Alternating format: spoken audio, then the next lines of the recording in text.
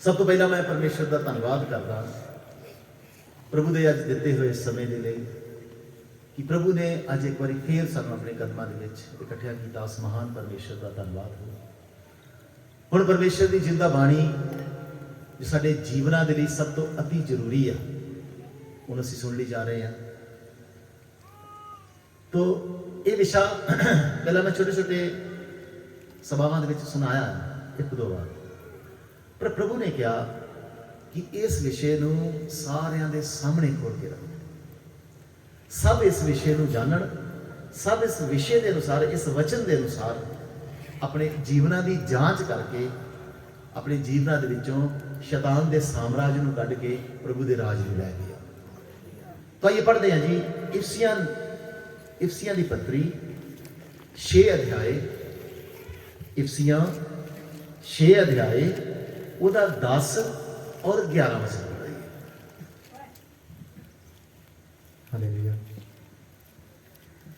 मुक्कदी गल प्रभु विच अते उहदी शक्ति दे पराक्रम विच तकड़े होवो। हाँ, परमेश्वर दे सारे शस्त्र बस्त्र धारो तां जो तुसी शैतान दे छल छरिंदा दे सामने खलो सको।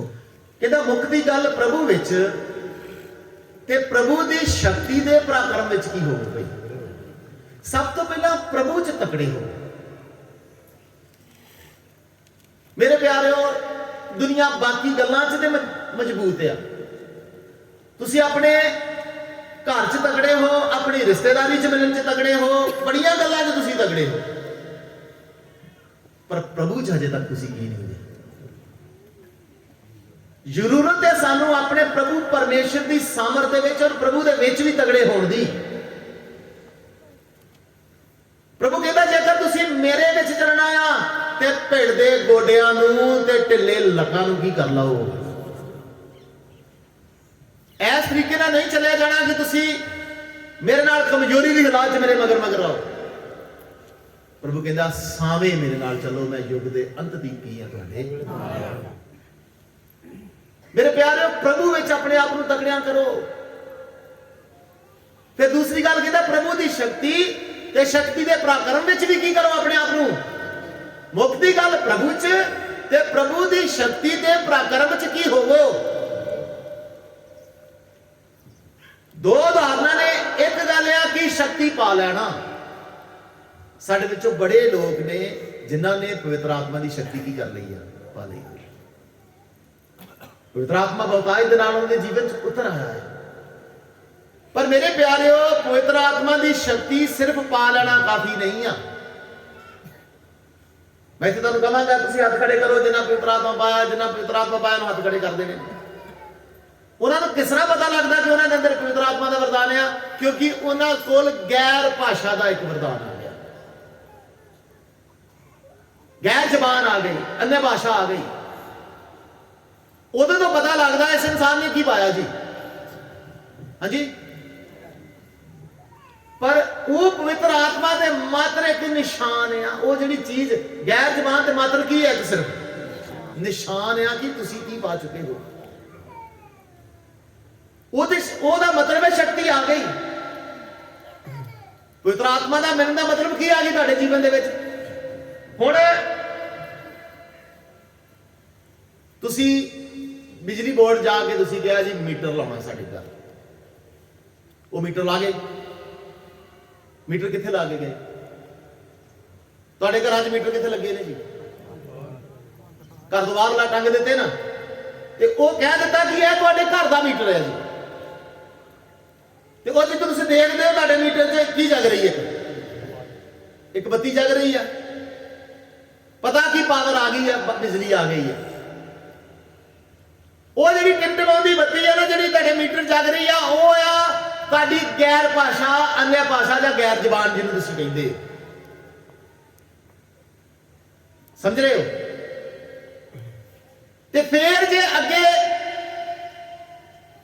आके उन्हें पखा नहीं चलाना, उन्हें आके साडा घर में रोशनी नहीं देनी, जिन्ने भी घर दे काम है नहीं करने दे। फिर मेरे प्यारे वचन कहता प्रभु की शक्ति ते शक्ति के पराक्रम च की होवो। वो सिर्फ मीटर ला लेना ਕਾਫੀ ਨਹੀਂ, ਉਹਦੇ ਪਰਾਕਰਮ ਨੂੰ ਵੀ ਵੇਖਣਾ ਸੀ। ਪਰਾਕਰਮ ਉਹ ਹੁੰਦਾ ਜਿਹੜਾ ਕੰਮ ਇਨਸਾਨ ਕਰ ਨਹੀਂ ਸਕਦਾ। ਹੁਣ ਉਸ ਬਿਜਲੀ ਦਾ ਪਰਾਕਰਮ ਕੀ ਆ? ਉਹਨੂੰ ਉਹ 24 ਘੰਟੇ ਜੇਕਰ ਉਹਦਾ ਸਵਿਚ ਤੁਸੀਂ ਦੱਬ ਦੋਗੇ, ਉਹਦੇ ਨਾਲ ਇੱਕ ਪੱਖੇ ਦਾ ਕਨੈਕਸ਼ਨ ਲਾ ਕੇ, ਤੇ ਉਹ ਜਦ ਤੱਕ ਬੱਤੀ ਆਉਂਦੀ ਰਹੇਗੀ ਪੱਖਾ ਕੀ ਕਰਦਾ ਰਹੇਗਾ? ਤੁਸੀਂ ਸਾਰਾ ਦਿਨ ਪੱਖੀ ਚੱਲ ਸਕਦੇ ਆਪਣੇ ਆਪ ਨੂੰ? ਬੋਲੋ ਜੀ। ਹੁਣ ਮੰਨ ਲਓ ਮੈਂ ਕਹਾਂ ਚੱਲ ਵੀ ਮੈਨੂੰ ਦਿਹਾੜੀ ਦੇ ਬੰਦਾ ਚਾਹੀਦਾ ਆ, ਮੈਂ 200 ਰੁਪਇਆ ਜਾਂ 500 ਰੁਪਇਆ ਦਿਹਾੜੀ ਦੇਵਾਂਗਾ, ਤੂੰ ਕੀ ਕਰਦਾ ਰਹਿ? ਉਹਨੇ ਸਵੇਰੇ 9 ਤੋਂ ਲੈ ਕੇ ਸ਼ਾਮ 5 ਵਜੇ ਤੱਕ ਕੀ ਕਰਨੀ ਮੈਨੂੰ? ਬਾਅਦ 'ਚ ਉਹਦਾ ਜ਼ੋਰ ਕੀ ਹੋ ਜਾਣਾ? ਤੇ ਕੀ ਉਹ ਵੀ ਲਗਾਤਾਰ ਐਸਾ ਕਰ ਸਕਦਾ? ਇਹ ਬਿਜਲੀ ਦਾ, ਇਹ ਸ਼ਕਤੀ ਦਾ ਹੀ ਪਰਾਕਰਮ ਲਗਾਤਾਰ ਚੱਲ ਰਹੀ ਆ। ਉਹ ਇਸੇ ਤਰ੍ਹਾਂ ਜੇਕਰ ਤੁਹਾਡੇ ਜੀਵਨਾਂ ਦੇ ਵਿੱਚ ਪਵਿੱਤਰ ਆਤਮਾ ਦੇ ਆ ਗਿਆ, ਹੁਣ ਬਿਜਲੀ ਵਾਲੇ ਕੀ ਕਰਦੇ ਨੇ? ਬਿਜਲੀ ਵਾਲੇ ਨੇ ਮੀਟਰ ਕਿੱਥੇ ਲਾ ਕੇ ਦੇਣਾ ਤੁਹਾਨੂੰ? ਤੇ ਵਾਇਰਿੰਗ ਵੀ ਕਰਕੇ ਦਿੰਦੇ ਨੇ। ਵਾਇਰਿੰਗ ਇਹਨਾਂ ਨੂੰ ਕਰਨੀ ਪੈਣੀ ਹੈ। ਹੁਣ ਇਹ ਤੁਹਾਡੀ ਮਰਜ਼ੀ ਆ ਕਿ ਉਸ ਸ਼ਕਤੀ ਦੇ ਪਰਾਕਰਮ ਨੂੰ ਤੁਸੀਂ ਕਿੰਨਾ ਕੁ ਵਧਾਉਣਾ ਚਾਹੁੰਦੇ ਹੋ। ਉਹਦੇ ਨਾਲ ਤੁਸੀਂ ਬਲਬ ਚਲਾਉਣਾ ਚਾਹੁੰਦੇ ਹੋ, ਉਹਦੇ ਨਾਲ ਤੁਸੀਂ ਪੱਖੇ ਚਲਾਉਣਾ ਚਾਹੁੰਦੇ ਹੋ, ਇਨਵੇਟਰ ਚਲਾਉਣਾ ਚਾਹੁੰਦੇ ਹੋ, ਏਸੀ ਚਲਾਉਣਾ ਚਾਹੁੰਦੇ ਹੋ, ਗੀਜ਼ਰ ਚਲਾਉਣਾ ਚਾਹੁੰਦੇ ਹੋ, ਕੀ ਚਲਾਉਣਾ ਚਾਹੁੰਦੇ ਹੋ, ਉਹ ਤੁਹਾਡੀ ਮਰਜ਼ੀ ਆ। ਉਹ ਸ਼ਕਤੀ ਦੇ ਵਿੱਚ ਕਮੀ ਨਹੀਂ ਆ, ਉਹਦੇ ਪਰਾਕਰਮ ਨੂੰ ਵਰਤਣਾ ਹੁਣ ਤੁਹਾਡੀ ਜ਼ਿੰਮੇਵਾਰੀ ਆ। ਇਸੇ ਤਰ੍ਹਾਂ ਮੇਰੇ ਪਿਆਰਿਓ, ਪਵਿੱਤਰ ਆਤਮਾ ਦੀ ਸ਼ਕਤੀ ਦੇ ਵਿੱਚ ਇਸ ਬਿਜਲੀ ਦਾ ਨਾਲੋਂ ਵੱਧ ਕੇ ਸ਼ਕਤੀ ਆ। ਹੁਣ ਵਰਤਣਾ ਨਾ ਵਰਤਣਾ ਅੱਗੇ ਤੁਹਾਡੀ ਕੀ ਆ? ਸਮਝਾਈਏ? ਪਵਿੱਤਰ ਆਤਮਾ ਸਿਰਫ ਇਸ ਕਰ ਦਿੱਤਾ, ਸਿਰਫ ਗੈਰ ਜ਼ਬਾਨ ਬੋਲੋ। ਉਹ ਇਸ ਕਾਰਨ ਦਿੱਤਾ ਕਿ ਉਹਦੀ ਸ਼ਕਤੀ ਦਾ ਪਰਾਕਰਮ ਤੁਹਾਡੇ ਜੀਵਨਾਂ 'ਚ ਜਦੋਂ ਵਧੇ, ਤੁਹਾਡੇ ਜੀਵਨ 'ਚ ਆਤਮਿਕ ਕੰਮ ਹੋਣਗੇ। ਸਮਝਾਈਏ ਜੀ? ਪਰਮੇਸ਼ਰ ਨੇ ਪਵਿੱਤਰ ਆਤਮਾ ਦੇ ਦੇਣਾ ਹੈ, ਕਹਿੰਦਾ ਮੰਗੋਗੇ ਤੇ ਕੀ ਕੀਤਾ ਜਾਵੇਗਾ, ਪਰ ਅੱਗੇ ਇਸਤੇਮਾਲ ਕਿਸ ਤਰ੍ਹਾਂ ਕਰਨਾ, ਅੱਗੇ ਨੂੰ ਵਰਤਣਾ ਕਿਸ ਤਰ੍ਹਾਂ ਹੈ। ਸਾਡੇ ਵਿੱਚੋਂ ਕਈਆਂ ਦਾ ਪਵਿੱਤਰ ਆਤਮਾ ਦਾ ਵਰਦਾਨ ਐਸਾ ਆ ਕਿ ਹਜੇ ਤੱਕ ਉਹਦੇ ਸ਼ਕਤੀ ਦੇ ਪਰਾਕਰਮ ਨੂੰ ਵਧਾਇਆ ਹੀ ਨਹੀਂ। ਇੱਥੋਂ ਤੱਕ ਕਿ ਇੱਕ ਲਾਈਟ ਤੱਕ ਨਹੀਂ ਆਪਣੇ ਜੀਵਨ 'ਚ ਜਗਾਈ ਕਿ ਇਹ ਪਵਿੱਤਰ ਆਤਮਾ ਮੇਰੇ ਜੀਵਨ 'ਚ ਆ ਕੇ ਕੀ ਕਰੇ। ਕਿਉਂਕਿ ਵਾਇਰਿੰਗ ਨੂੰ ਕਰਨਾ ਕਿਹਨਾਂ ਦਾ ਕੰਮ ਹੈ? ਸਾਡਾ ਕੰਮ ਹੈ। ਤੁਸੀਂ ਕੀ ਚਲਾਉਣਾ ਚਾਹੁੰਦੇ, ਤੁਸੀਂ ਕੀ ਵਰਤਣਾ ਚਾਹੁੰਦੇ ਹੋ, ਇਹ ਤੁਹਾਡੇ ਤੇ ਹੁਣ ਡਿਪੈਂਡ ਆ। ਵਚਨ ਕਹਿੰਦਾ ਪਰਮੇਸ਼ਰ ਦੀ ਸ਼ਕਤੀ ਦੇ ਪਰਾਕਰਮ ਨੂੰ ਕੀ ਕਰਦਾ ਜਾਵੀਂ। ਤੁਸੀਂ ਦੁਆ ਕਰ ਰਹੇ ਹੋ ਸਕਦਾ ਤੁਸੀਂ ਹਨੇਰੇ 'ਚ ਹੀ ਦੁਆ ਕਰਦੇ ਹੋ, ਹਨੇਰੇ 'ਚ ਹੀ ਪ੍ਰਾਰਥਨਾ ਕਰਦੇ ਹੋ, ਤੁਹਾਨੂੰ ਪਤਾ ਨਹੀਂ ਇੱਥੇ ਬਣ ਕੀ ਰਿਹਾ, ਤੁਹਾਨੂੰ ਪਤਾ ਨਹੀਂ ਤੁਹਾਡੇ ਜੀਵਨਾਂ 'ਚ ਹੋ ਕੀ ਰਿਹਾ। ਸਮਝ ਆ ਰਹੀ ਹੈ? ਇਸ ਕਰਕੇ ਪ੍ਰਭੂ ਕਹਿੰਦਾ ਮੁਕਤੀ ਗੱਲ ਪ੍ਰਭੂ 'ਚ ਤੇ ਪ੍ਰਭੂ ਦੀ ਸ਼ਕਤੀ ਦੇ ਪਰਾਕਰਮ ਵਿੱਚ ਕੀ ਹੋਵੋ। ਜਦੋਂ ਤੁਸੀਂ ਉਹਦੀ ਸ਼ਕਤੀ 'ਚ ਤੇ ਉਹਦੀ ਸ਼ਕਤੀ ਦੇ ਪਰਾਕਰਮ ਵਿੱਚ ਤਗੜੇ ਹੋਵੋਗੇ, ਤੇ ਪਵਿੱਤਰ ਆਤਮਾ ਦੀ ਸ਼ਕਤੀ ਸਿਰਫ ਗੈਰ ਜ਼ਬਾਨ ਬੋਲਣ ਦੇ ਲਈ ਨਹੀਂ ਆ, ਅੱਗੇ ਕੁਝ ਕੰਮ ਕਰਦੀ। ਪੜ੍ਹੀਏ ਜੀ 11 ਵਚਨ। ਪਰਮੇਸ਼ਵਰ ਦੇ ਸਾਰੇ ਸ਼ਸਤਰ ਬਸਤਰ ਧਾਰੋ, ਪਰਮੇਸ਼ਵਰ ਦੇ ਸਾਰੇ ਸ਼ਸਤਰ ਬਸਤਰ ਧਾਰੋ, ਤਾਂ ਜੋ ਤੁਸੀਂ ਸ਼ੈਤਾਨ ਦੇ ਛਲ ਛਰਿੰਦਾਂ ਦੇ ਸਾਹਮਣੇ ਖਲੋ ਸਕੋ। ਤਾਂ ਜੋ ਤੁਸੀਂ ਸ਼ੈਤਾਨ ਦੇ ਛਲ ਛਰਿੰਦਾਂ ਦੇ ਸਾਹਮਣੇ ਕੀ ਕਰ ਸਕੋ।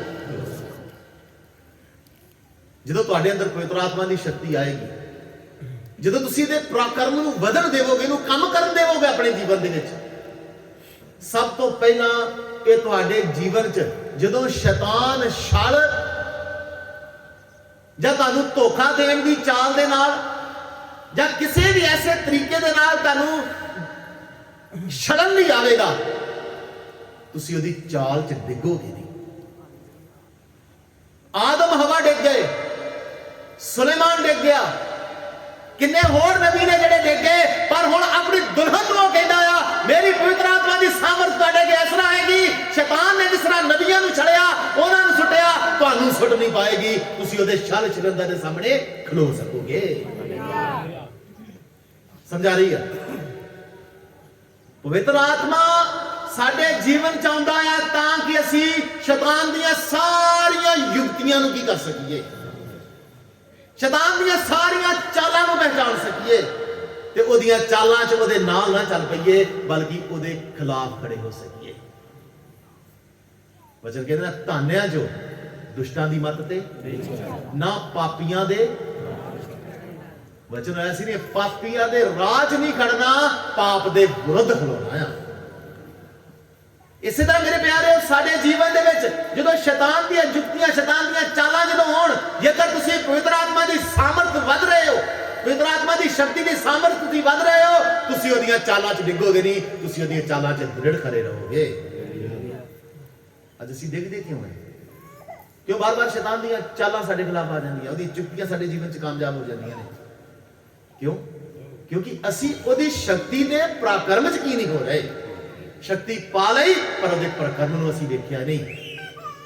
ਤੁਸੀਂ ਬਿਜਲੀ ਦਾ ਪਰਾਕਰਮ ਵੇਖਣਾ ਕਦੇ? ਬੋਲੋ, ਵੇਖਣਾ ਬਿਜਲੀ ਦਾ ਪਰਾਕਰਮ?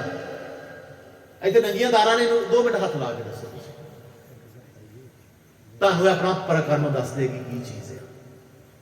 ਇਸ ਤਰ੍ਹਾਂ ਮੇਰੇ ਪਿਆਰੋ, ਜੇਕਰ ਪਵਿੱਤਰ ਆਤਮਾ ਦੀ ਸ਼ਕਤੀ ਦਾ ਪਰਾਕਰਮ ਵੇਖਣਾ ਆ, ਤੁਸੀਂ ਇਹ ਦੇਖੋ ਨਾ, ਜਦੋਂ ਤੁਹਾਡੇ ਜੀਵਨ ਚੱਲਦਾ, ਜਦੋਂ ਤੁਹਾਡੇ ਅੰਦਰ ਜੁੰਬਸ਼ ਕਰਦਾ ਆ, ਜਦੋਂ ਤੁਸੀਂ ਆਤਮਾ 'ਚ ਆਰਾਧਨਾ ਕਰਦੇ ਹੋ, ਤੁਹਾਡਾ ਸਰੀਰ ਕੈਸਾ, ਜਦੋਂ ਤੁਸੀਂ ਆਰਾਧਨਾ ਕਰ ਰਹੇ ਕੀ ਹੋ ਜਾਂਦਾ ਸਰੀਰ ਨੂੰ?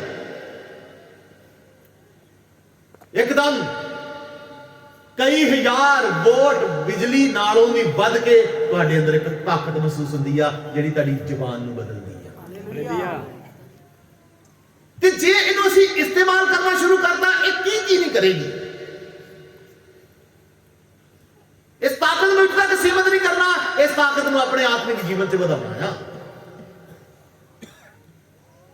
ਪਵਿੱਤਰ ਆਤਮਾ ਦੀ ਸ਼ਕਤੀ ਦੀ ਸਾਮਰਥ ਜਦੋਂ ਤੁਸੀਂ ਆਪਣੇ ਜੀਵਨ 'ਚ ਵਧਾਓਗੇ, ਤੁਸੀਂ ਸ਼ੈਤਾਨ ਦੇ ਸਾਰੇ ਛਲ ਛਿੰਦਾਂ ਦੇ ਖਿਲਾਫ ਕੀ ਹੋਵੋਗੇ। ਪ੍ਰਕਾਸ਼ ਦੀ ਪੋਥੀ 2 ਅਧਿਆਇ ਦਾ 24 ਵਚਨ ਪੜ੍ਹ ਲਈਏ।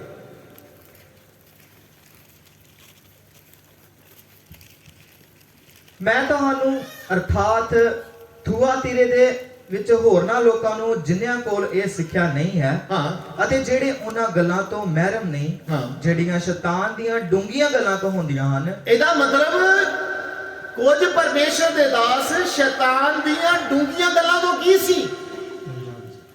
ਮਹਿਰਮ ਸੀ। ਤੇ ਉਹ ਫਿਰ ਤਾਂ ਹੀ ਕਹਿ ਰਹੇ ਨੇ ਕਿ ਤੁਸੀਂ ਲੋਕ ਸ਼ੈਤਾਨ ਦੀਆਂ ਡੂੰਘੀਆਂ ਗੱਲਾਂ ਤੋਂ ਕੀ ਨਹੀਂਗੇ। ਬਾਈਬਲ ਦੇ ਵਿੱਚ ਇੱਕ ਵਾਕਿਆ ਆਇਆ ਕਿ ਪ੍ਰਭੂ ਦੇ ਚੇਲੇ ਕਿਸੇ ਜਗ੍ਹਾ ਜਾ ਰਹੇ ਤੇ ਉੱਥੇ ਇੱਕ ਔਰਤ ਮਿਲੀ ਜਿਹਦੇ ਵਿੱਚ ਭੇਤ ਬੁੱਝਣ ਵਾਲੀ ਕੀ ਸੀ? ਰੂਹ ਸੀ। ਉਹ ਲੋਕਾਂ ਦੇ ਜੀਵਨ 'ਚ ਜੋ ਵੀ ਭੇਤ ਸੀ ਬੁੱਝ ਗਈ ਸੀ। ਜਿੱਦਣ ਹੋ ਗਿਆ ਉਹਨੂੰ ਕੀ ਕਰ ਦਿੱਤਾ? ਇਸੇ ਤਰ੍ਹਾਂ ਇਹ ਸ਼ੈਤਾਨ ਕਰਦਾ। ਸ਼ੈਤਾਨ ਲੋਕਾਂ ਦੇ ਦਿਲਾਂ ਦੇ ਕੀ ਸਮਝਦਾ? ਪਰ ਇੱਕ ਆਤਮਿਕ ਇਨਸਾਨ ਜਿਹੜਾ ਪਰਮੇਸ਼ਰ ਦੀ ਸ਼ਕਤੀ ਦੇ ਸਾਮਰਥ 'ਚ ਵੱਧ ਰਿਹਾ ਆ, ਉਹ ਸ਼ੈਤਾਨ ਦੀਆਂ ਡੂੰਘੀਆਂ ਗੱਲਾਂ ਨੂੰ ਵੀ ਜਾਣ ਲੈਂਦਾ ਹੈ। ਤਾਂ ਇਹ ਆਤਮਾ ਪਾਏ ਕੋ ਕੀ ਕਰਦਾ? ਜਿਹੜਾ ਆਤਮਾ ਦੀ ਸਾਮਰਥ 'ਚ ਵੱਧ ਰਿਹਾ ਉਹਦੇ ਕੋਲ ਡਰਦਾ ਆ। ਜੇਕਰ ਇਹਨੇ ਇਸ ਆਤਮਾ ਦੀ ਸਾਮਰਥ ਨੂੰ ਵਰਤ ਲਿਆ, ਇਹ ਮੇਰੀਆਂ ਡੂੰਘੀਆਂ ਗੱਲਾਂ ਕੀ ਕਰ ਲਵੇਗਾ? ਮੇਰੇ ਪਿਆਰੇ, ਉਹਦੇ ਛਲ ਛਿੰਦਾਂ ਦੇ ਖਿਲਾਫ ਖਲੋਣਾ ਤੇ ਕੀ ਉਹਦੀਆਂ ਡੂੰਘੀਆਂ ਗੱਲਾਂ ਨੂੰ ਵੀ ਤੁਸੀਂ ਕੀ ਕਰ ਲਵੋਗੇ? ਕਰਨਾ ਕੀ ਪਵੇਗਾ? ਆਤਮਾ 'ਚ ਆਰਾਧਨਾ ਕਰਨੀ ਆ। ਗੈਰ ਤੁਸੀਂ ਬੋਲਣੀ, ਵਚਨ ਕਹਿੰਦੇ ਪ੍ਰਾਰਥਨਾ ਕਰਦਾ ਆ ਪਰਮੇਸ਼ਰ ਦੇ ਨਾਲ, ਦੁਨੀਆ ਕੀ ਕਰਦਾ ਹੈ। ਪਰ ਇਸ ਤੋਂ ਅੱਗੇ ਵੀ ਵਧਣਾ ਹੈ। ਇਹਦੀ ਸ਼ਕਤੀ ਦੇ ਪਰਾਕਰਮ ਨੂੰ ਕੀ ਕਰਨਾ ਹੈ, ਤਾਂ ਜੋ ਤੁਸੀਂ ਸ਼ੈਤਾਨ ਦੇ ਸਾਰੇ ਸ਼ਰਿੰਦ ਜਾਂ ਉਹਦੀ ਯੁਕਤੀਆਂ ਦੇ ਸਾਹਮਣੇ ਦ੍ਰਿੜਤਾ ਦੇ ਨਾਲ ਖਲੋ ਸਕੋ ਤੇ ਸ਼ੈਤਾਨ ਦੀਆਂ ਸਾਰੀਆਂ ਡੂੰਘੀਆਂ ਗੱਲਾਂ ਨੂੰ ਵੀ ਤੁਸੀਂ ਕੀ ਕਰ ਸਕੋ। ਇੱਕ ਹੋਰ ਵਚਨ ਪੜ੍ਹੀਏ, ਪ੍ਰਕਾਸ਼ ਦੀ ਪੋਥੀ 2 ਅਧਿਆਇ ਉਹਦਾ 13 ਵਚਨ। ਮੈਂ ਜਾਣਦਾ ਹਾਂ ਤੂੰ ਉੱਥੇ ਵਸਦਾ ਹੈ ਜਿੱਥੇ ਸ਼ੈਤਾਨ ਦੀ ਗੱਦੀ ਹੈ, ਅਤੇ ਤੂੰ ਤਕੜਾਈ ਨਾਲ ਮੇਰਾ ਨਾਮ ਫੜੀ ਰੱਖਦਾ। ਕਹਿੰਦਾ ਮੈਂ ਜਾਣਦਾ ਹਾਂ ਤੂੰ ਉੱਥੇ ਵਸਦਾ ਹੈ ਜਿੱਥੇ ਸ਼ੈਤਾਨ ਦੀ ਕੀ ਆ? ਗੱਦੀ। ਪਿਆਰਿਓ, ਇਹ ਪਵਿੱਤਰ ਆਤਮਾ ਦਾ ਭਰਿਆ ਇਨਸਾਨ ਇਹ ਪਛਾਣ ਰਿਹਾ ਆ ਸ਼ੈਤਾਨ ਦੀ ਗੱਦੀ ਕਿੱਥੇ। ਨੰਬਰ 1 ਤੇ ਪਵਿੱਤਰ ਆਤਮਾ ਦੀ ਸ਼ਕਤੀ ਜਾਂ ਪਵਿੱਤਰ ਆਤਮਾ ਦੀ ਸਾਮਰਥ ਸਾਨੂੰ ਸ਼ੈਤਾਨ ਦੇ ਛਲ ਛਿੰਦ ਦਿੰਦੀ ਹੈ। ਤੇ ਉਹਦੇ ਖਿਲਾਫ ਖੜੇ ਰਹਿਣ ਦੀ ਤਾਕਤ ਦਿੰਦੀ ਹੈ। ਦੂਸਰੀ ਸ਼ੈਤਾਨ ਦੀਆਂ ਡੂੰਘੀਆਂ ਗੱਲਾਂ ਕੀ ਕਰਦੀ ਹੈ, ਸਾਨੂੰ ਦੱਸਦੀ ਹੈ। ਤੀਸਰਾ ਸ਼ੈਤਾਨ ਦੀ ਗੱਦੀ ਕਿੱਥੇ ਲੱਗੀ ਆ, ਉਹ ਸਾਨੂੰ ਦੱਸਦੀ ਆ। ਸ਼ੈਤਾਨ ਦੀ ਗੱਦੀ ਕਿਤੇ ਬਾਹਰ ਨਹੀਂ ਆ ਮੇਰੇ ਪਿਆਰਿਓ। ਹੋ ਸਕਦਾ ਇਹ ਸ਼ੈਤਾਨ ਦੀ ਗੱਦੀ ਤੁਹਾਡੇ ਜੀਵਨ 'ਚ ਹੀ ਲੱਗੀ ਹੋਵੇ। ਕਿੱਥੇ ਤੁਸੀਂ ਇਹ ਨਾ ਸੋਚੋ ਬਾਹਰ ਸ਼ੈਤਾਨੀ ਅੱਡਿਆਂ ਤੇ, ਸ਼ੈਤਾਨੀ ਟਿਕਾਣਿਆਂ ਤੇ ਉਹਦੀ ਕੀ ਲੱਗੀ ਹੋਵੇਗੀ। ਇਹ ਗੱਦੀ ਕਿੱਥੇ ਲੱਗੀ ਹੈ, ਸਾਡੇ ਸਭਨਾਂ ਦੇ ਜੀਵਨ ਦੇ ਵਿੱਚ। ਕਿਉਂ? ਕਿਉਂਕਿ ਅਸੀਂ ਪਵਿੱਤਰ ਆਤਮਾ ਦੀ ਸਾਮਰਥ ਦੀ ਸ਼ਕਤੀ ਦੀ ਸਾਮਰਥ ਨੂੰ ਵਧਾਇਆ ਨਹੀਂ, ਉਹਦੀ ਰੋਸ਼ਨੀ ਨੂੰ ਆਪਣੇ ਜੀਵਨ 'ਚ ਲਿਆਇਆ ਨਹੀਂ। ਇਸ ਕਰਕੇ ਉਹ ਰੋਸ਼ਨੀ ਨੇ ਰੋਸ਼ਨੀ ਨਹੀਂ ਆਈ ਤੇ ਹਨੇਰਾ ਰਿਹਾ, ਤੇ ਇਸ ਕਾਰਨ ਸ਼ੈਤਾਨ ਦੀ ਗੱਦੀ ਕੀ ਕਿੱਥੇ ਆ, ਸਾਨੂੰ ਕੀ ਨਹੀਂ ਲੱਗਾ। ਸਮਝਾਈਏ ਜੀ। ਹੁਣ ਸਮਾਂ ਆ ਆਪਣੇ ਜੀਵਨਾਂ 'ਚ ਸ਼ੈਤਾਨ ਦੀ ਗੱਦੀ ਨੂੰ ਦਾ, ਮੇਰੇ ਜੀਵਨ 'ਚ ਸ਼ੈਤਾਨ ਦੀ ਗੱਦੀ ਦਾ ਸਿੰਘਾਸਨ ਲੱਗਾ ਕਿੱਥੇ ਆ, ਜਿੱਥੇ ਸ਼ੈਤਾਨ ਬਹਿ ਕੇ ਮੇਰੇ ਜੀਵਨ 'ਚ ਰਾਜ ਕਰਦਾ। ਪਰ ਇਹ ਹੋਏਗਾ ਕਿਸ ਤਰ੍ਹਾਂ? ਜਦੋਂ ਤੁਸੀਂ ਪ੍ਰਭੂ 'ਚ ਤੇ ਪ੍ਰਭੂ ਦੀ ਸ਼ਕਤੀ ਦੇ ਸਾਮਰਥ 'ਚ ਹੋ ਜਾਓਗੇ, ਉਦੋਂ ਤੁਹਾਨੂੰ ਤੁਹਾਡੇ ਜੀਵਨਾਂ 'ਚ ਸ਼ੈਤਾਨ ਦਾ ਸਿੰਘਾਸਨ ਕਿੱਥੇ ਲੱਗਾ ਆ, ਉਸੇ ਵਕਤ ਪਤਾ ਲੱਗੇਗਾ। ਹੁਣ ਸਮਾਂ ਆ ਸ਼ੈਤਾਨ ਦੇ ਉਸ ਸਿੰਘਾਸਨ ਨੂੰ ਜੜ ਤੋਂ ਉਖਾੜ ਦੇਣ ਦਾ, ਤੇ ਉਸ ਜਗ੍ਹਾ ਤੇ ਸਾਡੇ ਅਸਲੀ ਬਾਦਸ਼ਾਹ, ਸਾਡੇ ਅਸਲੀ ਪ੍ਰਭੂ ਯਿਸੂ ਮਸੀਹ ਦਾ ਸਿੰਘਾਸਨ ਹੁੰਦਾ। ਤਾਂ ਹੀ ਪ੍ਰਭੂ ਯਿਸੂ ਮਸੀਹ ਕਹਿੰਦਾ, ਮੈਂ ਤੇ ਤੇਰੇ ਦਿਲ ਦੇ ਦਰਵਾਜ਼ੇ ਦੇ ਬਾਹਰ ਕੀ ਕਰ ਰਿਹਾ, ਤੂੰ ਮੇਰੀ ਆਵਾਜ਼ ਹੀ ਨਹੀਂ ਸੁਣਦਾ। ਇਤਨੀ ਦੇਰ ਤੱਕ ਤੂੰ ਆਵਾਜ਼ ਨਹੀਂ ਸੁਣਦਾ, ਕਾਸ਼ ਸੁਣ ਲਵੇ ਤੇ ਖੋਲ ਲਵੇ ਤੇ ਮੈਂ ਕੀ ਆਵਾਂ, ਮੈਂ ਤੇਰੇ ਨਾਲ ਰਵਾਂ, ਮੈਂ ਤੇਰੇ ਨਾਲ ਬਵਾਂਗਾ, ਮੈਂ ਤੇਰੇ ਨਾਲ ਪ੍ਰਸ਼ਾਦ ਵੀ ਕਹਿੰਦਾ ਕੀ ਕਰਾਂਗਾ। ਪਿਆਰਿਓ, ਉਸ ਰਾਜੇ ਨੂੰ ਜਿਹੜਾ ਸਾਡੀ ਜ਼ਿੰਦਗੀ ਦਾ ਅਸਲ ਰਾਜਾ ਆ, ਉਹਦਾ ਤੇ ਸਿੰਘਾਸਨ ਨੂੰ ਪਤਾ ਨਹੀਂ, ਤੇ ਸ਼ੈਤਾਨ ਦੇ ਸਿੰਘਾਸਨ ਨੂੰ ਚੁੱਕੇ। ਸਮਝਾ ਰਹੀ ਆ? ਹੁਣ ਸਮਾਂ ਆ ਆਪਣੇ ਜੀਵਨਾਂ 'ਚ ਸ਼ੈਤਾਨ ਦੀ ਗੱਦੀ ਜਾਂ ਸ਼ੈਤਾਨ ਦੇ ਸਿੰਘਾਸਨ ਨੂੰ ਲੱਭਣਾ ਕਿੱਥੇ ਆ। ਇੱਕ ਉਦਾਹਰਨ ਦਵਾਂਗਾ ਮੈਂ ਬਾਈਬਲ ਦੇ ਵਿੱਚੋਂ, ਨਹਿਮੀਆ ਨਬੀ ਦੀ ਕਿਤਾਬ 13 ਅਧਿਆਇ ਦਾ 4 ਤੋਂ 9 ਵਚਨ ਤੱਕ। ਨਹਿਮੀਆ 13 ਅਧਿਆਇ 4 ਤੋਂ 9 ਤੱਕ।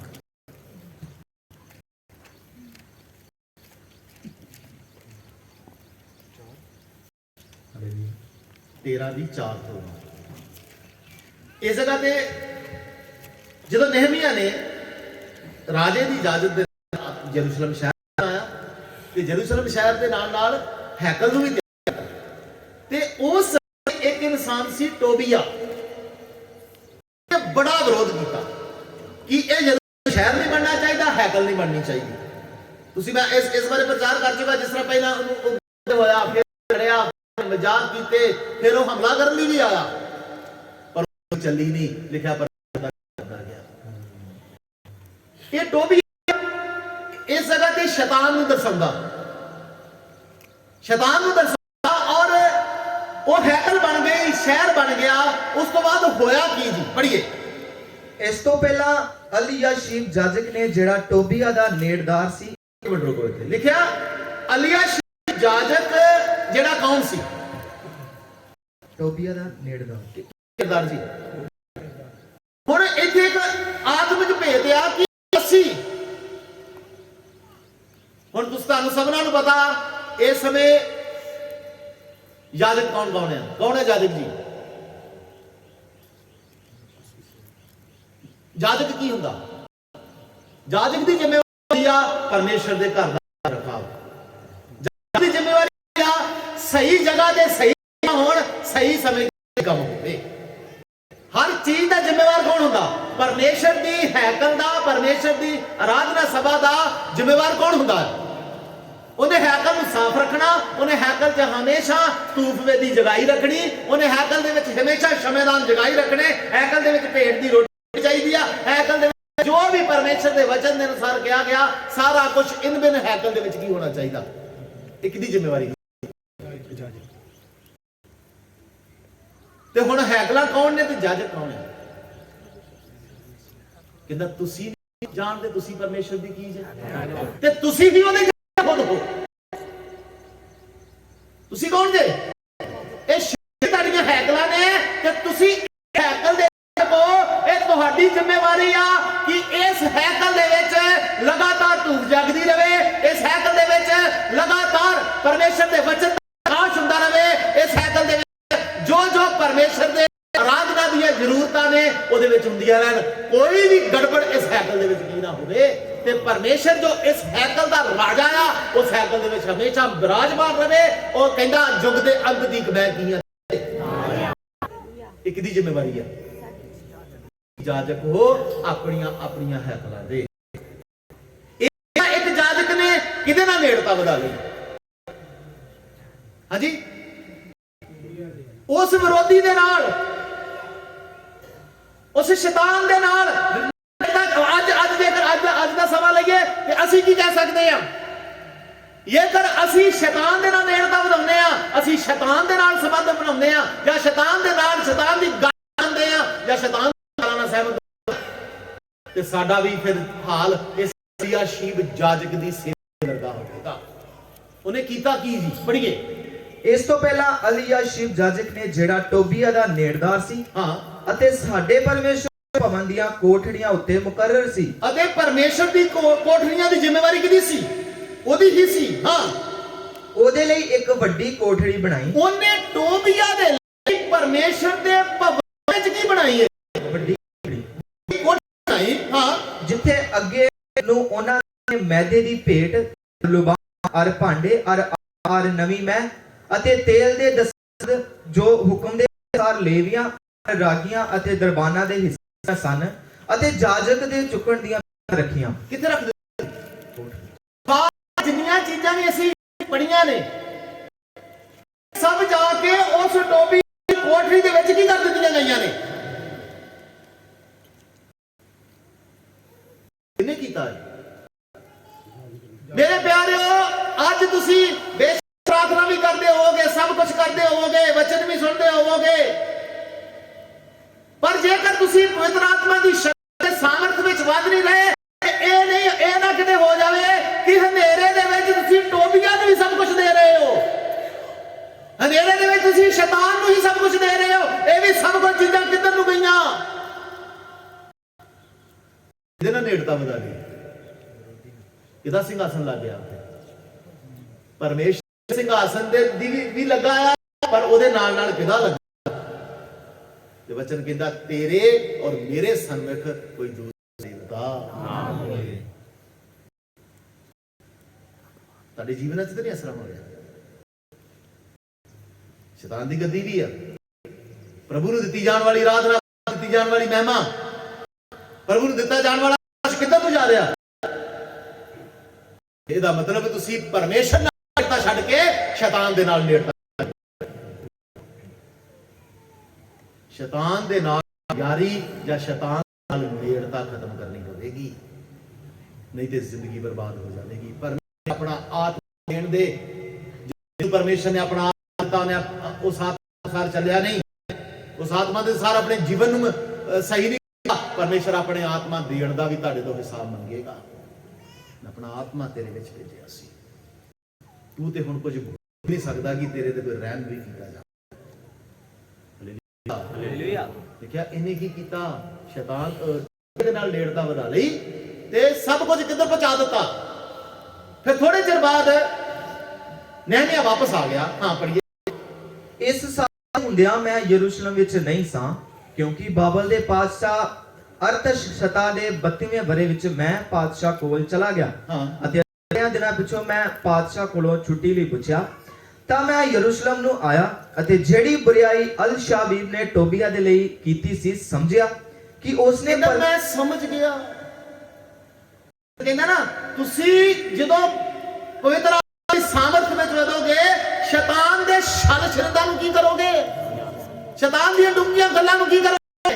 ਇੱਥੇ ਸਮਝ ਗਿਆ। ਕਹਿੰਦਾ ਮੈਂ ਸਮਝ ਗਿਆ ਕੀ ਹੈ, ਕਿ ਉਸਨੇ ਪਰਮੇਸ਼ਰ ਦੇ ਭਵਨ ਜਿਹੜਿਆਂ ਵਿੱਚ ਉਹਦੇ ਲਈ ਇੱਕ ਕੋਠੜੀ ਬਣਾਈ ਹੈ। ਕਿੱਥੇ ਕੋਠੜੀ ਬਣਾਤੀ ਹੈ ਜੀ? ਉਸ ਵਿਰੋਧੀ ਲਈ ਪਰਮੇਸ਼ਰ ਦੇ ਵਿਹੜਿਆਂ ਦੇ ਵਿੱਚ ਹੀ। ਤਾਂ ਇਹ ਮੈਨੂੰ ਬਹੁਤ ਬੁਰਾ ਲੱਗਾ, ਇਸ ਲਈ ਮੈਂ ਟੋਬੀਆ ਦਾ ਸਾਰਾ ਲੱਗਾ।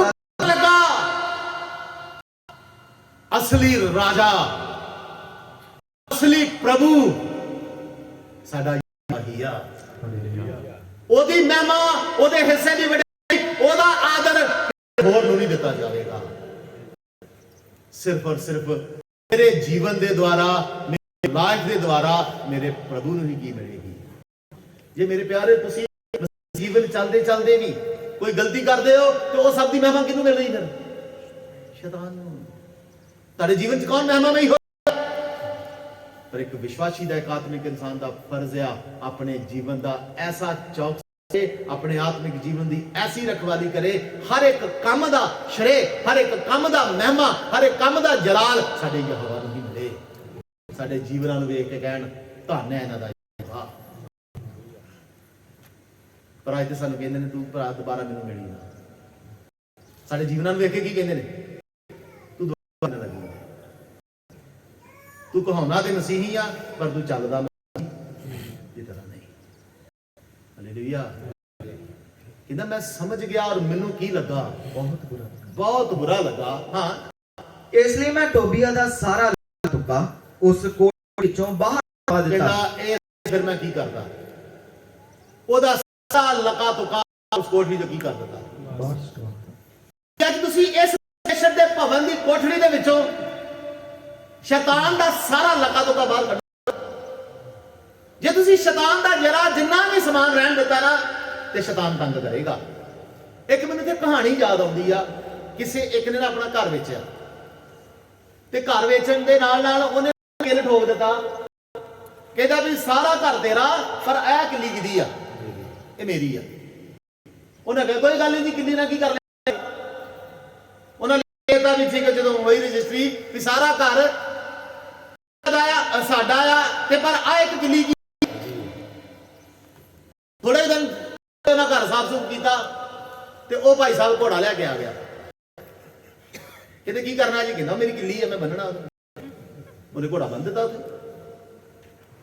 ਉਹ ਕਹਿਣ ਵੀ ਨਹੀਂ ਘੋੜਾ ਲੈ ਕੇ ਬਈ ਕਿੱਲੀ ਤਾਂ ਹੀ ਰੱਖੀ ਸੀ ਕਿ ਕੀ ਬੰਨਾ ਮੈਂ? ਘੋੜਾ ਸਾਰੀ ਗੰਦਗੀ ਪਾ ਰਿਹਾ, ਉਹਨਾਂ ਨੂੰ ਚੁੱਕਣਾ ਪੈਂਦਾ।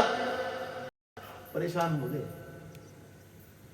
ਮੇਰੇ ਪਿਆਰੇ। ਤੁਸੀਂ ਬੇਸ਼ੱਕ ਜੀਵਨ ਦੇ ਸ਼ੈਤਾਨ ਨੂੰ ਨਹੀਂ ਦਿੱਤਾ, ਇੱਕ ਛੋਟਾ ਜਿਹਾ ਵੀ ਕਰ ਦਿੱਤਾ ਹੋਏਗਾ ਆਪਣੇ ਜੀਵਨ ਦੇ ਵਿੱਚ ਉਹਨੂੰ। ਜੇ ਛੋਟਾ ਜਿਹਾ ਨੂੰ ਹਿੱਸਾ ਦੇ ਦਿੱਤਾ ਨਾ, ਆ ਕੇ ਗੰਦਗੀ ਪਾਵੇਗਾ। ਇਸ ਕਰਕੇ ਤੁਹਾਡੇ ਜੀਵਨ ਦੇ ਵਿੱਚੋਂ ਤੁਹਾਨੂੰ ਸ਼ੈਤਾਨ ਸਾਰਾ ਲਕਾ ਦੁਕਾ ਕੀ ਕਰਨਾ ਪੈਣਾ ਜੀ। ਜਦ ਤੱਕ ਉਹਦਾ ਸਾਰਾ ਲਕਾ ਦੁਕਾ ਨਹੀਂ ਦਿੱਤੇ ਕੁਝ ਵੀ ਛੱਡੋਗੇ। ਤੁਹਾਨੂੰ ਪਤਾ ਨਾ ਇਸਰਾਏਲ ਨੂੰ ਕੀ ਕਿਹਾ ਗਿਆ ਸੀ? ਜਦੋਂ ਤੁਸੀਂ ਜਾਓਗੇ ਸਾਰੀਆਂ ਲੋਕ ਕੀ ਕਰ ਦੇਣਾ? ਹਿੱਤੀ ਜਬੂਸੀ ਫਰੀਸੀ ਜਿੰਨੇ ਵੀ ਕੀ ਸਾਰੇ ਕੀ ਕਰ ਦੇਣੇ ਨੇ? ਉਹਨਾਂ ਵੱਡੇ ਵੱਡੇ ਭਜਾ ਦਿੱਤੇ ਤੇ ਛੋਟੇ ਛੋਟੇ ਕੁਨਮਿਆਂ ਨੂੰ ਰਹਿ ਨੂੰ ਕਿਹਾ ਵਾਸਤੇ ਨਾ ਲੱਕੜੀਆਂ ਦਾ ਇੰਤਜ਼ਾਮ ਕਰ ਦਿਆ ਕਰੀ, ਤੂੰ ਸਾਡੇ ਵਾਸਤੇ ਪਾਣੀ ਭਰ ਦਿਆ ਕਰੀ। ਉਹਨਾਂ ਨੂੰ ਕੀ ਬਣਾ ਲਿਆ ਆਪਣੇ? ਉਹਨਾਂ ਨੇ ਥੋੜੀ ਦੇਰ ਬਾਅਦ ਉਹਨਾਂ ਨੂੰ ਇੰਨਾ ਤੰਗ ਕੀਤਾ ਨਾ, ਫਿਰ ਉਹਨਾਂ ਨੂੰ ਉੱਥੋਂ ਕੀ ਨਿਕਲਣਾ। ਮੇਰੇ ਪਿਆਰਿਓ, ਇਹ ਸ਼ੈਤਾਨ ਦਾ ਛੋਟਾ ਜਿਹਾ ਲਕਾ ਦੁਕਾ, ਛੋਟਾ ਜਿਹਾ ਹੀ ਕੰਮ ਜੇਕਰ ਤੁਹਾਡੇ ਜੀਵਨ 'ਚ ਰਹਿ ਗਿਆ, ਤੁਹਾਨੂੰ ਹਮੇਸ਼ਾ ਦੀ ਜ਼ਿੰਦਗੀ 'ਚੋਂ ਬਾਹਰ ਕੱਢ ਦੇਵੇਗਾ। ਉਹਦਾ ਸਾਰਾ ਲਕਾ ਦੁਕਾ ਆਪਣੇ ਜੀਵਨ 'ਚੋਂ ਕੀ ਕਰਦੇ ਬਾਹਰ।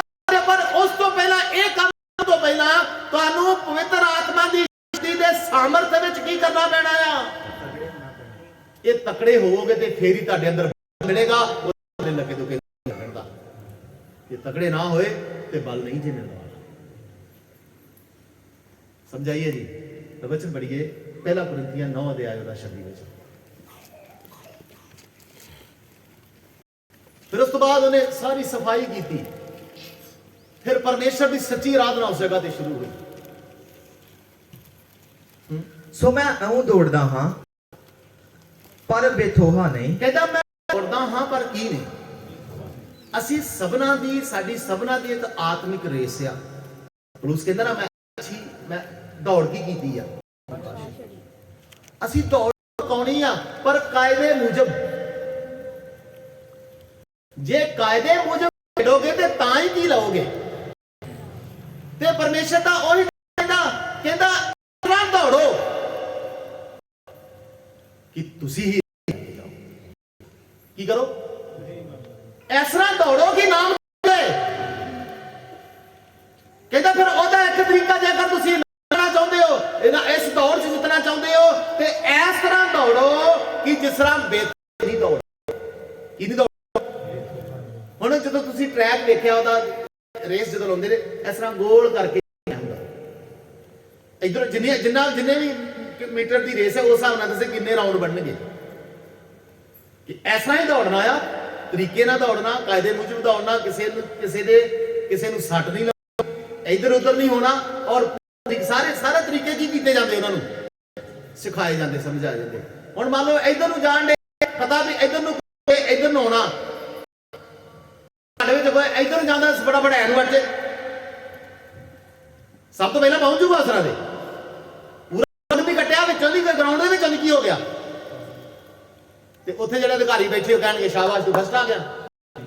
ਕੀ ਕਹਿਣਗੇ, ਤੈਨੂੰ ਬਾਹਰ। ਇਹ ਦੌੜ ਲਾਉਣ ਦੇ ਲਾਇਕ ਹੀ, ਕਿਉਂਕਿ ਇਹਨੇ ਕਾਇਦਾ ਨਹੀਂ ਸਿੱਖਿਆ, ਇਹਨੇ ਕਾਨੂੰਨ ਨਹੀਂ ਸਿੱਖਿਆ। ਇਸ ਤਰ੍ਹਾਂ ਮੇਰੇ ਪਿਆਰਿਓ ਕਿੰਨੇ ਮਸੀਹੀ ਨੇ ਜਿਨ੍ਹਾਂ ਨੇ ਅੱਜ ਤੱਕ ਪਰਮੇਸ਼ਰ ਦੇ ਵਚਨ ਸਿੱਖਿਆ ਨਹੀਂ, ਪਰਮੇਸ਼ਰ ਦੇ ਵਚਨ ਨੂੰ ਜਾਣਿਆ ਨਹੀਂ, ਪਰਮੇਸ਼ਰ ਦੇ ਵਚਨ ਦੀ ਤਾਲੀਮ ਨਹੀਂ ਲਈ। ਉਹਨਾਂ ਨੂੰ ਪਤਾ ਨਹੀਂ ਮਸੀਹ ਜੀਵਨ ਦੀ ਚੱਲਣਾ ਕਿਸ ਤਰ੍ਹਾਂ ਆ ਤੇ ਕਿਸ ਤਰ੍ਹਾਂ ਦੌੜ ਲੈਣਗੇ। ਉਹ ਸਿਰਫ ਆਰਾਧਨਾ ਚ ਗਏ ਆਪਣੀਆਂ ਮੁਸ਼ਕਲਾਂ ਲੈ ਕੇ, ਆਰਾਧਨਾ ਚ ਗਏ ਆਪਣੇ ਲਾਲਚ ਨੂੰ ਲੈ ਕੇ, ਆਰਾਧਨਾ ਸਭਾ ਚ ਗਏ ਆਪਣੀਆਂ ਚੰਗਾਈਆਂ ਤੋਂ ਦੂਰ ਹੋਣ ਦੇ ਲਈ, ਬਿਮਾਰੀਆਂ ਤੋਂ ਦੂਰ ਹੋਣ ਦੇ ਲਈ। ਪਰਮੇਸ਼ਰ ਦੇ ਵਚਨ ਨੂੰ ਤੇ ਸਿੱਖਿਆ ਹੀ ਨਹੀਂ ਕਦੀ। ਉਹ ਆਰਾਧਨਾ ਸਭਾ ਗਏ ਗਾਣੇ ਸੁਣਨ ਦੇ ਲਈ, ਗੀਤ ਸੁਣ ਕੇ ਆਨੰਦ ਹੋਣ ਦੇ ਲਈ, ਆਦਾ ਤੇ ਸਿੱਖਿਆ ਹੀ ਨਹੀਂ। ਜਿਸ ਜਗ੍ਹਾ ਤੇ ਪਰਮੇਸ਼ਰ ਦੇ ਵਚਨ ਦੇ ਕਾਇਦੇ ਜਾਂ ਪਰਮੇਸ਼ਰ ਦੇ ਕਾਨੂੰਨ ਨਹੀਂ ਸਮਝਾਏ ਜਾਂਦੇ, ਪਰਮੇਸ਼ਰ ਦੇ ਵਚਨ ਨਹੀਂ ਦਿੱਤੀ ਜਾਂਦੀ, ਉਹ ਪਰਮੇਸ਼ਰ ਦੀ ਕਲੀਸਿਆ ਦਾ ਸਥਾਨ ਹੈ ਹੀ ਨਹੀਂ। ਬੇਸ਼ੱਕ ਉੱਥੇ ਲੱਖਾਂ ਲੋਕ ਆ ਜਾਣ, ਤੁਸੀਂ ਆਰਾਧਨਾ ਸਭਾ ਨਹੀਂ ਕਹਿ ਸਕਦੇ, ਤੁਸੀਂ ਪਰਮੇਸ਼ਰ ਦੀ ਹਜ਼ੂਰੀ ਨਹੀਂ ਕਹਿੰਦੇ, ਕਿਉਂਕਿ ਇਸ ਆਤਮਿਕ ਜੀਵਨ ਤੇ ਦੌੜਨ ਦੇ ਲਈ, ਇਸ ਆਤਮਿਕ ਚੱਲਣ ਦੇ ਲਈ ਕਾਇਦੇ ਔਰ ਕਾਨੂੰਨਾਂ ਦੀ ਲੋੜ ਆ। ਤੇ ਇਹ ਆਓ ਕਾਨੂੰਨਾਂ ਦੀ ਕਿਤਾਬ ਜਿਹਨੂੰ ਕਹਿੰਦੇ ਪਰਮੇਸ਼ਰ ਦਾ ਵਚਨ। ਇਹ ਨਹੀਂ ਸਿੱਖਿਆ ਤੁਸੀਂ ਕਦੇ ਵੀ ਇਸ ਦੌੜ ਚ ਕੀ ਨਹੀਂ ਜੇ ਕਰ ਸਕਦੇ। ਕਾਇਦੇ ਮੁਜਬ ਕੀ ਕਰਨਾ ਪੈਣਾ, ਦੌੜਨਾ ਜਿੱਥੇ ਪਰਮੇਸ਼ਰ ਕਹਿੰਦਾ ਹੈ।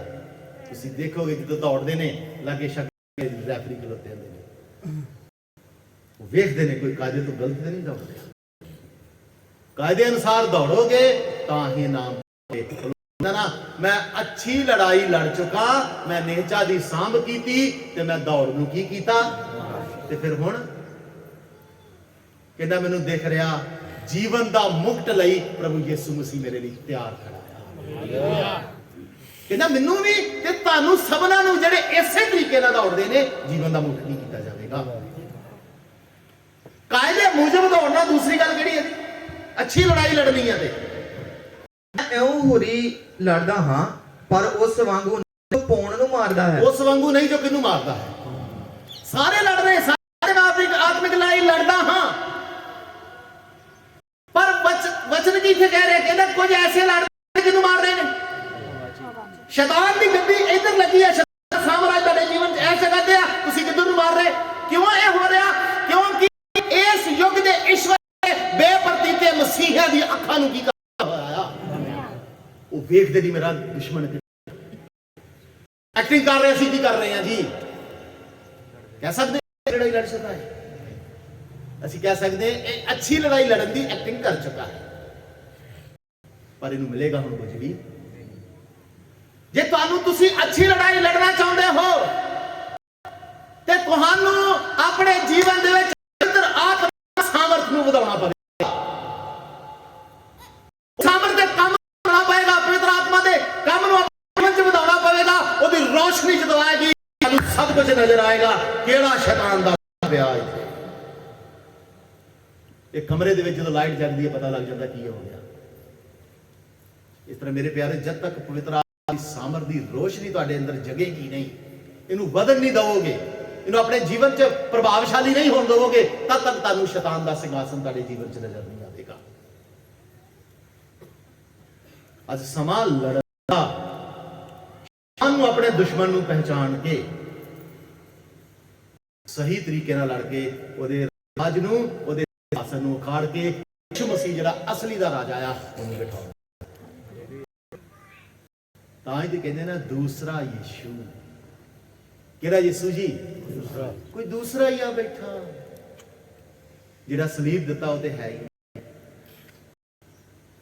Hallelujah, hallelujah, hallelujah. ਫਿਰ ਕੀ ਕਰਨਾ ਜੀ ਹੁਣ?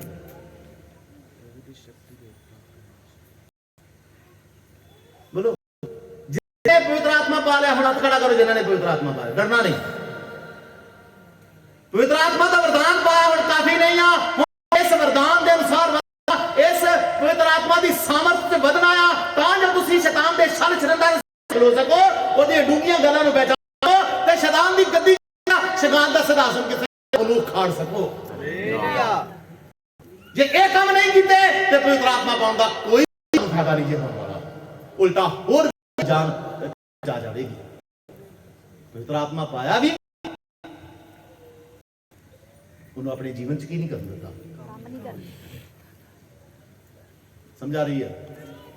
ਸ਼ੈਤਾਨ ਦੀ ਗੱਦੀ ਕਿੱਥੇ ਆ, ਉਹਨੂੰ ਉਖਾੜਨਾ ਪਵੇਗਾ। ਉਖਾੜੇਗਾ ਕੌਣ? ਪੜ੍ਹੀ ਜ਼ਬੂਰ 2 ਉਹਦਾ 6 ਵਚਨ, 2 ਜ਼ਬੂਰ ਉਹਦਾ 6 ਵਚਨ।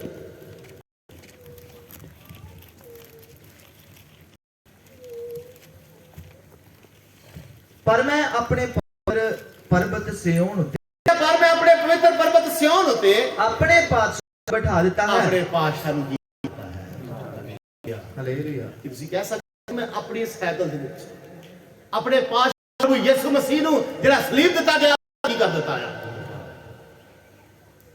ਬੋਲੋ ਜੀ,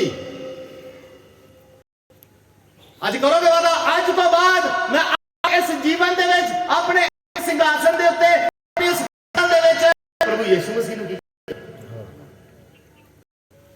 ਦੋ ਦਿਨ ਦੱਸਾਂਗਾ ਸ਼ੈਤਾਨ ਦੀ ਗੱਦੀ ਕਿੱਥੇ ਕਿੱਥੇ ਹੋ ਸਕਦੀ, ਬਾਕੀ ਤੁਹਾਨੂੰ ਸਾਰਾ ਕਿੱਥੇ ਕਿੱਥੇ ਆ। ਪਰ ਤਾਂ ਓਵਰਵਿਊ ਮੈਂ ਥੋੜਾ ਦਵਾਂਗਾ। ਸਭ ਤੋਂ ਪਹਿਲਾਂ ਸ਼ੈਤਾਨ ਦੀ ਗੱਦੀ ਹੋ ਸਕਦੀ ਆ ਤੁਹਾਡੀ ਜ਼ੁਬਾਨ 'ਚ। ਇੱਕ ਜ਼ੁਬਾਨ ਦੇ ਨਾਲ ਹੀ ਤੁਸੀਂ ਪਰਮੇਸ਼ਰ ਨੂੰ ਧੰਨ ਨਹੀਂ ਕਹਿ ਸਕਦੇ, ਇੱਕ ਜ਼ੁਬਾਨ ਦੇ ਨਾਲ ਲੋਕਾਂ ਨੂੰ ਫਿਟਕਾਰ ਨਹੀਂ ਸਕਦੇ। ਦੋ ਕੰਮ ਹੋ ਰਹੇ ਨੇ ਤੇ ਤੁਹਾਡੀ ਜ਼ੁਬਾਨ, ਤੁਹਾਡੀ ਜ਼ੁਬਾਨ ਉੱਪਰ ਸ਼ੈਤਾਨ ਦੀ ਗੱਦੀ ਹੋਈ ਹੈ। ਵਚਨ ਜ਼ਬਾਨ ਸਾਰੀ ਇਹੀ ਨੂੰ ਕੀ ਲਾਉਂਦੀ, ਤੁਹਾਡਾ ਜੀਵਨ ਦਾਗਮਈ ਕਰ ਦੇਗੀ। ਤੇ ਵਚਨ ਕਹਿੰਦਾ ਕਲੀਸਿਆ ਲੈਣ ਆਵਾਂਗਾ ਜਿਹਦੇ 'ਚ ਕੋਈ ਦਾਗ ਕੋਈ ਧੱਬਾ ਨਾ ਹੋਵੇਗਾ। ਤੁਹਾਡੀ ਜ਼ਬਾਨ ਨੇ ਤੁਹਾਡੇ ਜੀਵਨ 'ਚ ਕਿੰਨੇ ਦਾਗ ਲਾਏ। ਤੁਹਾਡੀ ਜ਼ਬਾਨ ਚੁਗਲੀ ਕਰਨ ਤੋਂ ਰਹਿੰਦੀ ਨਹੀਂ, ਸਾਡੀ ਜ਼ਬਾਨ ਦੀ ਬੁਰਾਈ ਕਰਨ ਤੋਂ ਬਿਨਾਂ ਰਹਿੰਦੀ ਨਹੀਂ, ਸਾਡੀ ਜ਼ਬਾਨ ਕਿਸੇ ਫਟਕਾਰਨ ਤੋਂ ਬਿਨਾਂ ਕੀ ਨਹੀਂ ਕਰਦੀ। ਕਿੰਨੇ ਦਾਗ ਲਵਾਈ ਬੈਠੇ। ਪਰ ਜਦ ਤੱਕ ਯਿਸੂ ਨਹੀਂ ਆਉਂਦਾ, ਜਦ ਤੁਹਾਡੀ ਮੌਤ ਨਹੀਂ, ਤੁਹਾਡੇ ਕੋਲ ਸਮਾਂ ਹੈਗਾ ਪ੍ਰਭੂ ਮਸੀਹ ਦੇ ਲਹੂ ਦੇ ਦੁਆਰਾ ਕਰ ਸਕਦੇ ਹੋ। ਤੇ ਜ਼ਬਾਨ ਤੋਂ ਉਹਦੀ ਕੀ ਕਰ, ਅੱਜ ਤੋਂ ਬਾਅਦ ਮੇਰੀ ਜ਼ਬਾਨ ਖੁੱਲੇਗੀ ਸਿਰਫ ਮੇਰੇ ਪ੍ਰਭੂ ਯਿਸੂ ਮਸੀਹ ਦੀ ਮਹਿਮਾ ਦੇ ਲਈ। ਮੈਂ ਕਿਸੇ ਦਾ ਵੀ ਕਿਸੇ ਗਾਲਾਂ ਕੱਢ ਕੇ, ਕਿਸੇ ਨੂੰ ਮਾਰ ਕੇ, ਕਿਸੇ ਦਾ ਬੁਰਾ ਬੋਲ ਕੇ, ਕਿਸੇ ਨੂੰ ਕਰਕੇ ਮੈਂ ਆਪਣੇ ਜੀਵਨ ਨੂੰ ਦਾਗਦਾਰ ਨਹੀਂ ਕਰਾਂਗਾ, ਕਿਉਂਕਿ ਬੇਦਾਗ ਕਲੀਸਿਆ ਹੈ ਕੀ ਕੀਤੀ ਜਾਵੇਗੀ। ਫਿਰ ਦੀ ਗੱਦੀ ਹੋ ਸਕਦੀ ਹੈ ਤੁਹਾਡੀ ਅੱਖਾਂ ਦੇ ਵਿੱਚ। ਜੇ ਨਜ਼ਰ ਬੁਰੀ ਆ, ਜੇ ਤੁਹਾਡੀ ਨਜ਼ਰ ਬੁਰੀ ਆ, ਗੱਦੀ ਕਿੱਥੇ ਲੱਗੀ ਆ? ਜੇ ਬੁਰਾਈ ਵੇਖਣ ਨੂੰ ਤੁਹਾਡੀਆਂ ਅੱਖਾਂ ਦੌੜਦੀਆਂ ਨੇ। ਹੁਣ ਤੁਸੀਂ ਸਭ ਜਾਂਦੇ ਹੋ, ਬਾਜ਼ਾਰ ਜਾਂਦੇ ਹੋ, ਨੌਜਵਾਨ ਲੜਕੀਆਂ ਵੀ ਜਾਂਦੇ ਨੇ, ਸਭ ਜਾਂਦੇ ਨੇ। ਹੁਣ ਇੱਕ ਨੌਜਵਾਨ ਲੜਕੇ ਦੀ ਮੈਂ ਉਦਾਹਰਨ ਦਿੰਦਾ। ਮੰਨ ਲਓ ਅੱਗੋਂ 2-3 ਲੜਕੀਆਂ ਆ ਰਹੀਆਂ, ਠੀਕ ਆ, ਗਏ ਨਜ਼ਰ, ਇੱਕ ਨਜ਼ਰ ਪੈ ਗਈ ਕੋਈ ਗੱਲ ਨਹੀਂ ਹੈ, ਕਿਉਂਕਿ ਚੱਲ ਰਹੇ ਉਹ ਵੀ ਜਾ ਰਹੇ ਸੀ, ਦੇਖ ਲਿਆ।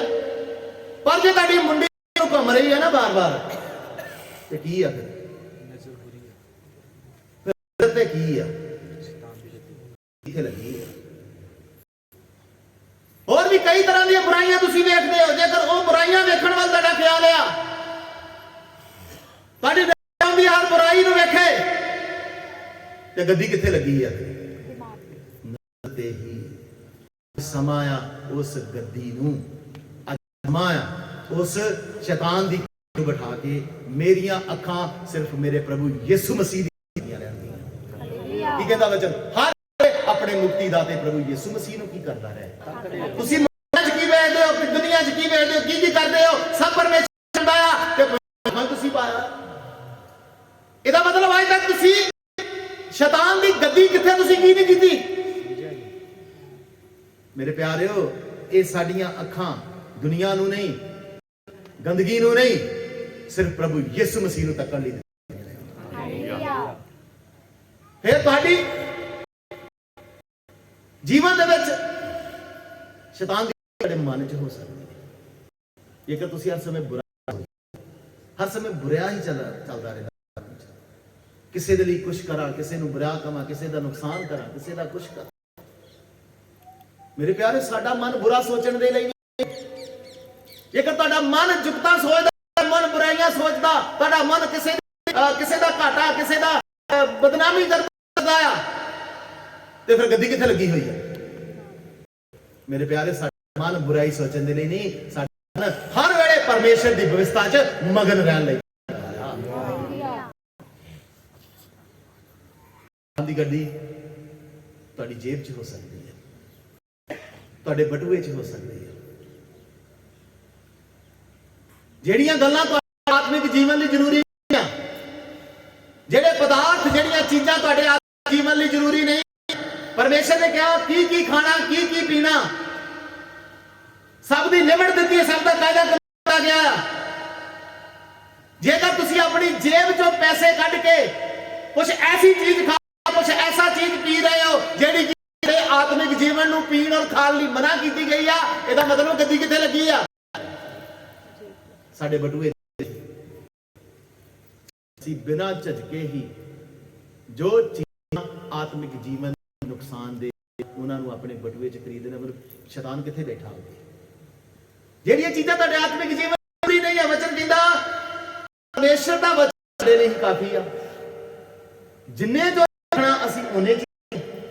ਜੇ ਲਾਲਚ ਨਾਲ ਤੁਸੀਂ ਆਪਣੀ ਭਰਨਾ ਚਾਹੁੰਦੇ ਹੋ, ਲਾਲਚ ਭਰਨਾ ਚਾਹੁੰਦੇ ਹੋ, ਤੇ ਤੁਹਾਡਾ ਕਸੂਰ ਨਹੀਂ ਆ, ਕਿਉਂਕਿ ਦੇ ਵਿੱਚ ਸ਼ੈਤਾਨ ਦੀ ਕੀ ਲੱਗੀ। ਕਿਸੇ ਕੋਲ ਲੁੱਟ ਖੋਹ ਕੇ ਕਰ ਰਹੇ। ਤੇ ਪਿਆਰਿਓ, ਇਹ ਕੁਝ ਗੱਡੀਆਂ ਨੇ ਜਿਨ੍ਹਾਂ ਗੱਡੀਆਂ ਨੂੰ ਅੱਜ ਉਖਾੜਾ ਗਿਆ ਹੈ। ਇਹ ਤਾਂ ਹੀ ਹੋਏਗਾ ਜਦੋਂ ਤੁਸੀਂ ਉਹਦੀ ਸ਼ਕਤੀ, ਉਹਦੇ ਪਰਾਕਰਮ ਵਿੱਚ ਕੀ ਕਰਦੇ ਜਾਓਗੇ। ਪੜ੍ਹੀਏ ਦੁਬਾਰਾ ਰਸੂਲਾਂ ਦੇ ਕਿਤਾਬ ਅਧਿਆਇ ਉਹਦਾ 6 ਵਚਨ। रसूलां दी किताब 2 अध्याय 6 वचन, नहीं सॉरी, जबूर प्रकाश थी 2 दा 6, जबूर सॉरी।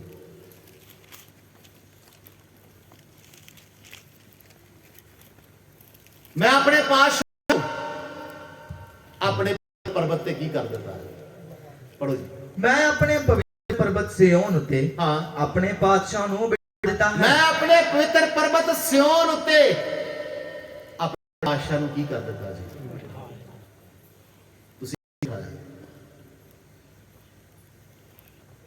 जब तक नहीं बिठाया ते परमेश्वर समा दे रहा अपने पवित्र पर्वत ते अपनी इस परमेश्वर दी पवित्र हैकल दे विच असली जो हैकल दा राजा आ, असली जो हैकल दा प्रभु आ, उन्होंने बिठा दे। ओदी ही फिर स्तुति करिए ते ओदी हमद गाइए। मुक्ति गल प्रभु च ते शक्ति दे सामर्थ तकड़े हो जाओ। ਉਹਦੇ ਸਾਰੇ ਛਲ ਛਲੰਦਾਂ ਦੇ ਸਾਹਮਣੇ ਖਲੋ ਜਾਈਏ, ਸਾਰੀਆਂ ਡੂੰਘੀਆਂ ਗੱਲਾਂ ਨੂੰ ਪਛਾਣ ਲਈਏ ਤੇ ਸ਼ੈਤਾਨ ਦੀ ਕਿੱਥੇ ਉਹਨੂੰ ਕੀ ਕਰ ਦਈਏ ਅਸੀਂ। ਬੋਲੋ ਜੀ, ਉਹਦਾ ਸਾਰਾ ਲਕਾ ਤੁਕਾ ਕੀ ਕਰੋ। ਮੈਂ ਉਦਾਹਰਨ ਦਿੱਤੀ ਨਾ, ਜੇ ਇੱਕ ਕਿੱਲ ਵੀ ਰਹਿ ਗਿਆ, ਇੱਕ ਕੁੰਡੀ ਵੀ ਰਹਿ ਗਈ, ਸ਼ੈਤਾਨ ਉਸ ਕੁੰਡੀ ਨਾਲ ਕੀ ਬੰਨੇਗਾ ਤੁਹਾਨੂੰ ਪਤਾ ਨਹੀਂ, ਕੀ ਲੈ ਕੇ ਆ ਜਾਏਗਾ ਪਤਾ ਨਹੀਂ। ਜਦੋਂ ਉਹ ਆ ਗਿਆ ਫਿਰ ਤੁਹਾਡੇ ਜੀਵਨ ਦੀ ਐਸੀ ਖਸਤਾ ਹੋਏਗਾ, ਤੁਸੀਂ ਘਬਰਾ ਫਿਰ ਕਿਸੇ ਦੀ ਚੈਨ ਤੇ ਇਹਦੇ ਨਾਲ ਚੰਗਾ ਹੁਣੇ ਉਹਦੇ ਸਾਰੇ ਨੂੰ ਕੀ ਕਰ ਦਈਏ। ਆ ਸਮਾਂ ਆ ਇਸ ਪਰਮੇਸ਼ਰ ਦੇ ਵਚਨ ਦੇ ਸਮਰਪਣ ਕਰਨ ਦਾ। ਸਮਰਪਣ ਦਾ ਮਤਲਬ ਹੁੰਦਾ ਸ਼ਰਧਾ ਨਾਲ ਆਪਣੇ ਮਨ ਤੋਂ ਇੱਕ ਪੱਕਾ ਵਾਅਦਾ ਬਰਦਾਰੀ ਕਰਨਾ ਜਿਹੜਾ ਕਦੀ ਟੁੱਟੇਗਾ। ਉਹਨੂੰ ਕਹਿੰਦੇ ਨੇ ਸਮਰਪਣ।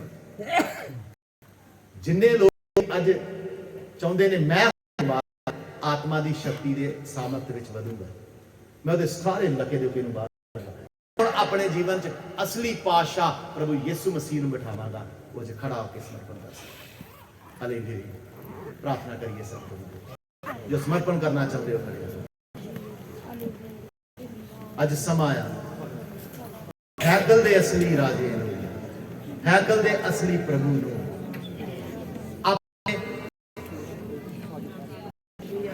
ਜੀਵਨ ਦੇ ਵਿੱਚ ਉਹਦੇ ਸਿੰਘਾਸਨ ਦੇ ਉੱਤੇ ਬਿਠਾ ਦਿਓ। ਧੰਨਵਾਦ ਧੰਨਵਾਦ। ਕਿੰਨੀ ਦੇਰ ਅਸੀਂ ਸ਼ੈਤਾਨ ਨੂੰ ਹੀ ਉਹਦੇ ਸਿੰਘਾਸਨ ਤੇ ਬਿਠਾਈ, ਕਿੰਨੀ ਦੇਰ ਸ਼ੈਤਾਨ ਸਾਡੇ ਜੀਵਨਾਂ 'ਚ ਕੰਮ ਕਰਦਾ।